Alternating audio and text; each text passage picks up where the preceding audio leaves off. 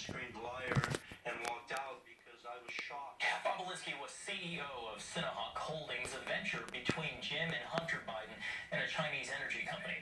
Bobulinski said he voiced his concerns with Jim Biden about potential problems for Joe's political future. I'm thinking about the Biden family, like how are they doing this?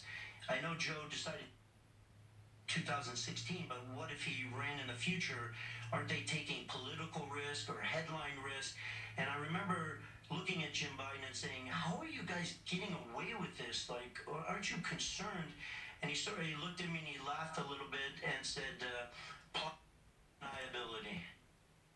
Bobulinski first came forward last week with his unverified claims. At that time, the Biden campaign rejected the accusation that the former vice president had any role in the deal, and Pat called his story, quote, a desperate, pathetic farce orchestrated by the Trump campaign.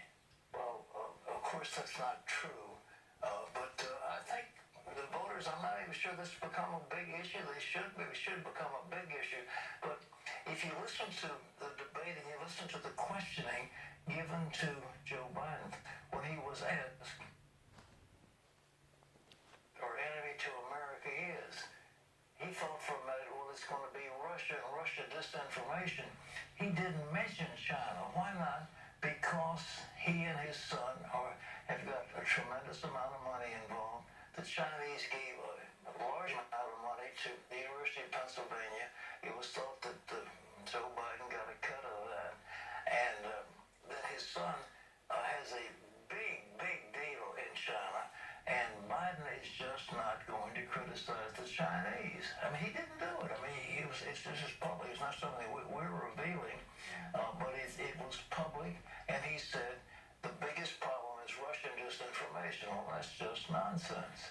But they have the laptop. They have this Bobulinski said, I've got the facts, the material. I'm willing to testify under oath before a congressional committee being formed to find out how come Twitter and others have killed the story that was running in the New York Post. But I mean, you know,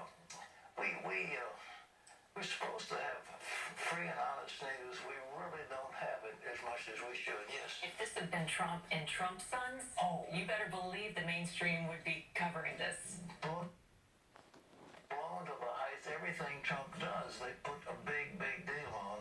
Nevertheless, the election is coming up, and one of our guys was out in Virginia trying to vote early today, and in one of those polling places, there were so many people, he said he couldn't get in. I mean, it's just amazing how many people, this election has activated the people like nothing we've ever seen. Well, John, what do you have?